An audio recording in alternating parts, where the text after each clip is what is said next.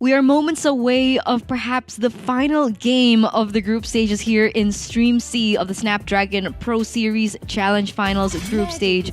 Ladies and gentlemen, as we're going straight into the drafting phase, it looks like Falcon Esports very decisive, very quick, going to be on blue side here, going to be also banning out the Harith. Meanwhile, Team Falcons, they understand what the Jushin can do, and they're also leaving no room, no risk, and they're going to ban that hero out. And it seems like it revolves around this, right? The Tushin, and then the Granger, then the Harith. Now I'm wondering for both teams, again, is the focus going to be the Assassins or the mid lane? Because I think for both teams, the mid lane rotation along with the jungle is what allows them to be so much more dynamic. And so for Falcon Esports, whenever they're able to do that, we see Dax pop off, we see PX7 do more, we see Kid X able to make plays happen.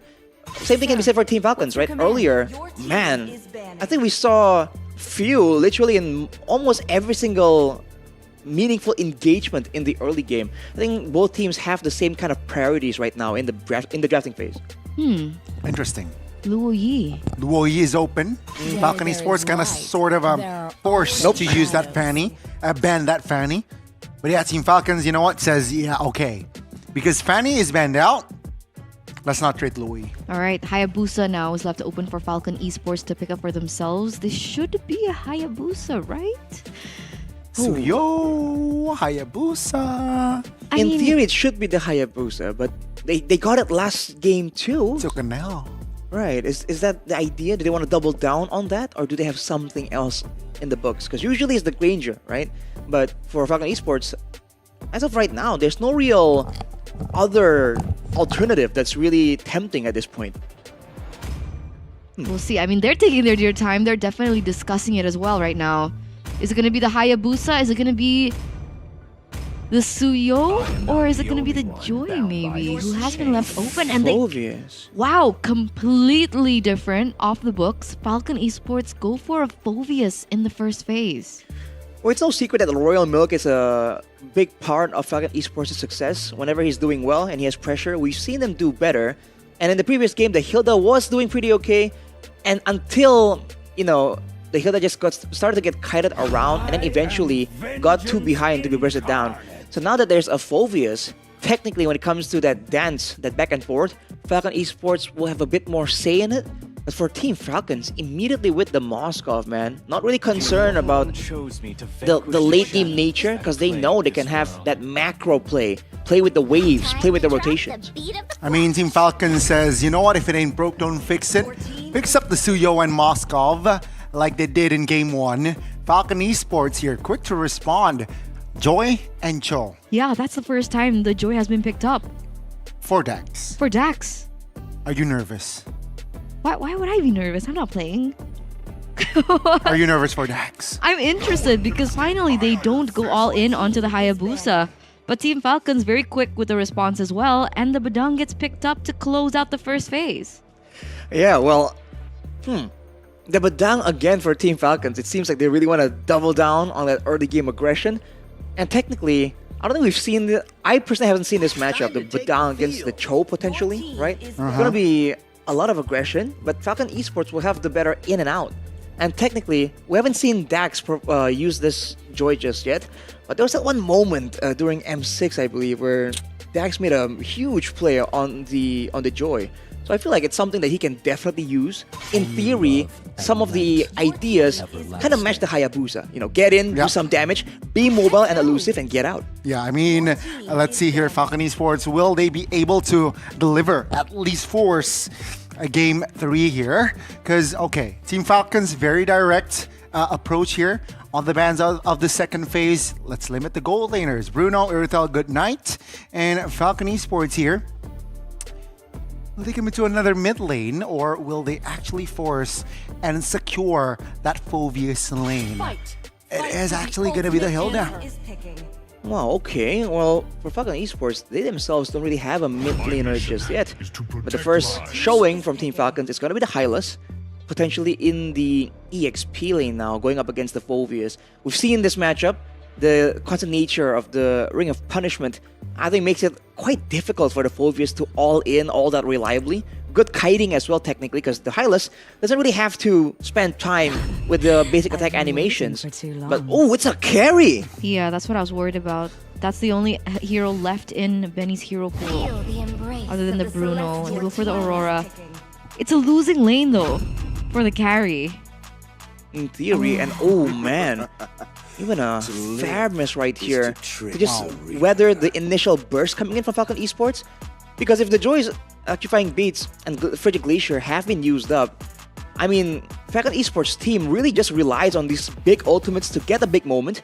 After that initial moment, if Team Falcons are still standing, then the Moskov, the Hylas, all of these heroes can really do well in a prolonged teamfight. Let's see here. Team Falcons, very experienced draft, I should say. Right? The fair miss, I did not see it coming. Will it be a clean sweep though? I think it's a real possibility for sure, man.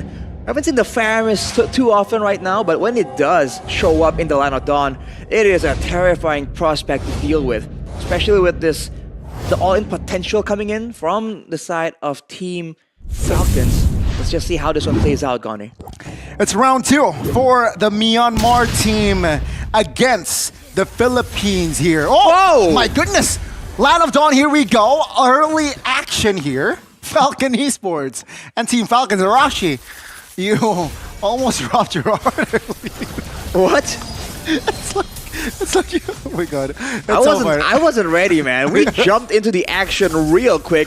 But I guess that's how you want to do it if you're playing the Theramis. You got a built-in healing from your passive. When you collect the souls, you got HP, but man, it came out of nowhere.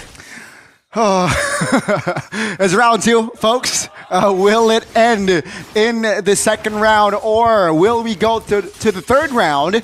Team Falcons, though, early on already spent, Ogwin spent his Revitalize there early just to be safe.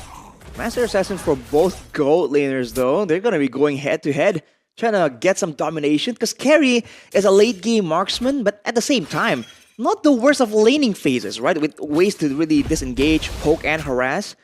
For the rest of them, though, I mean, wow, this is going to be the Badang in the EXP lane, by the way, so already an interesting development. Shevin would say that the laning of the Badang is absolutely terrifying, so Royal Milk better be careful this time. Let's see here, will he struggle actually here? Nothing too crazy apart from that first minute, but no first blood here, so let's see here. First turtle, will it fall to Team Falcons again, or this time Falcon Esports? Will they have a say? Seems like both teams, Falcon, they want to poke, and that is few, already half HP. Ooh, does seem like Falcon Esports here has a more firepower, but Hot Easy on the other hand, very calm. Dex this time will steal the turtle, and that will be the first blood as well, falling for Falcon Esports. Flap Teasy very low, silence, and that is Team Falcons just dismantled as Dax collects the double and almost the triple as Kid X was able to find that cheeky kill. All-out win for Falcon Esports, man. Getting the neutral objective, getting the initial jump on Team Falcons as well. I mean, Flap Teasy, before things even got anywhere, he was just chunked down, barely to any HP at all. This is what I was concerned about. Teams with the Faramis have sustain, have 2 HP bars, but do they have enough damage, right, to actually make use of all that? You know, usually they would wait a bit longer to have a reliable source of DPS. The first turtles are actually the more risky ones for teams that want to run this Faramis. Definitely, and it does seem like from that first turtle at least, that might be a outplay. Flap Teasy, what the heck, Royal Milk still able to sustain that one without even spending his flicker. So that's good calculation in the middle lane though. Oh, Falcon Esports already committing bodies. Waiting for the right target here as Benny is funneled gold here. Mid clear and top lane clear as well. Benny is really actively rotating given gold. I feel that's fine, particularly because PX7 on the Aurora already has 3 assists. I think he can afford to actually donate a bit of his income. And I mean, for now, right, there isn't really any need for him to actually power farm technically, because the Aurora does a lot of damage by default due to the kit, right? kind of spammable. First skill technically has a extra bit of damage after the initial burst of damage. So we'll have to see now with a 4-man rotation here, Team Falcons sticking together for the most part, which allows Falcon Esports to actually have a bit more of a, movement, a roam advantage, which we did not see in game number 1. Yeah, better comfortable spacing here. Better spacing from side of Falcon Esports. And that is almost a steal from the side of Dax there. Retribution, no retribution from the side of Team Falcons. That's info. And potentially Falcon Esports will get the second turtle comfortably. And you see this pattern again and again. Royal Milk just all the way in the front, but look at this, man. Falcon, can they get some more? That's a good stun. And now with the Nether Realm here, Ogwen trying to survive. He will fall in the hands of Benny as Dax will claim Fuse life. Now, Team Falcons, they are in trouble. As take a look at the jungles already here, claimed by the side of Falcon Esports. Luckily, he has the retribution now, the mid turret in the mid lane. Tier 1 will fall. No compensation whatsoever from the side of Team Falcons. This is looking quite dangerous, man. Falcon Esports, they're getting that snowball that they want, and Dax definitely can carry on this Joy. We do know it's an assassin, but at the same time, late game Joy's damage, it's enough to melt even tanks. And Team Falcons trying to make a play, potentially catching Dax off guard. But yeah, they're still trying to find whatever they can. Pressure-wise though, especially with that mid lane turret taken by Falcon Esports, they gotta be a bit more careful. They really do. They really do.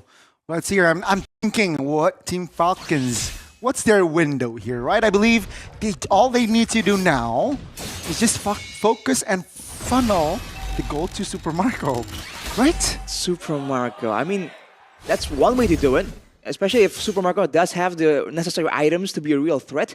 There isn't really a lot of ways for Falcon Esports to lock him down with his mobility. But again, with a Joy in the hands of Dax, it might still be quite dangerous for Team Falcons to just rely completely on Super Marco.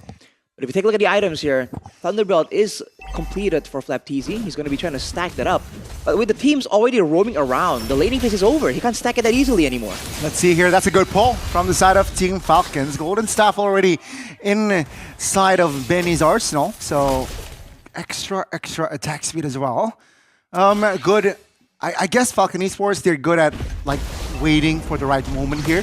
When to pull the trigger. They know they are in control. So no rush here to commit on towards a team fight.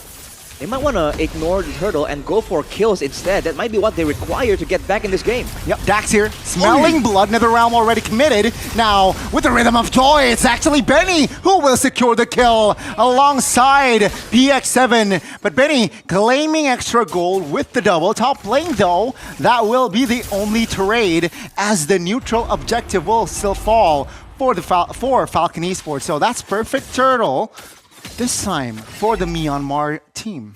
And Team Falcons are just doubling down on having that full-on 4v4 team fight technically without Super Marco. It's only the first start of the game for them though, but look at this, PX7. Oh, flicker out of position. I guess this is a mistake here. An overextension punished by Super Marco and friends. Now, Kid X, will he be able to get out? Oh, this time he is still able to space out of danger. But Team Falcons here, they're saying, hey, if you're overextend, if you overcommit, we will be here and punish. Looking at the GOAT leaderboard, Benny, after the funneling, is just all the way up there. But Super Marco, surprisingly, only 1k gold. But look at this, whoa! That is the Holy Crystal for Dax. That is Holy Crystal for Dax, indeed. Fortunately, he wasn't around right there. Benny, man, walking alone past the river against Team Falcons right Bold there. move. Right into the fist of FlapTZ. That was quite dangerous. Forces him to use his flicker. But look at this now, Kid X. Yogwim though. Now Kid X actually punished a little. Now it's gonna be Royal Milk. Oh, that's a good freeze on towards Sue. And Dax will happily oblige, taking a kill. Perhaps Sue. That's a wave dragon on towards Super Marco. And you can say good night to Super Marco. Few in trouble. No spells activated. And that is Royal Milk just wreaking havoc. That's a double. Benny claims the mega. And that is Falcon Esports saying a statement here in game 2. The way of the dragon, accurate right onto Super Marco. And FCON Esports, yes, they lost 2 members, but all of the important ones, the strong EXP lane Royal Milk, the late game threat Benny on the carry, and Dax on this Joy are just completely untouched. The selection of heroes to actually tank the turret there was just perfect. Now Team Falcons are nowhere to be seen on this Lord. I don't think they can get there in time to even find anything. Oh my goodness, Team Falcons. Looking for an angle here. Iron Fist committed. Whoa. No follow-up though. Flat TZ goes down first. It's not a good sign here for Team Falcons, 5v4. And now they're in the jungles of Team Falcons here. Falcon Esports here soaring higher than Team Falcons in the second game. And they're looking for more. Way of Dragon committed on towards Fuel. Good airborne. But this time, Super Marco seems like he has his items just to create an influence in the next minutes. Can't count Team Falcons out just yet, though. They're definitely behind by a massive margin. But in the end, it's only 1,000 gold difference earlier between the 2 gold laners. And Super Marco, one of the best to do it in the gold lane on the Moskov that definitely scales well. He doesn't have the same kind of true damage or shred that the carry has, but in a proper 5v5, he can actually hit multiple people at the same time. That's a factor that they have to that Falcon Esports have to consider if they want to go for an aggressive maneuver in the base here. Yeah, they really gotta be careful here. This is the first Lord, so no charge. Base turret in the bottom side, though, should be the main priority because the Lord is in the top area. Ooh. Will they be able to crack that turret? That's going to be damage from Dax here. Very low and is able to escape. Never mind. Super Marco finds an angle to shut him down. He claims the double. He might go for the triple as Benny will find the flicker. Wave Dragon on towards Super Marco, and that will be Super Marco the lead it again. Good recovery, not just by Falcon Esports, but also Team Falcons. But look at this, man. Royal Milk and Dax both taken out. Particularly the shutdown onto Dax was secured by Super Marco with a beautiful Spear of Destruction.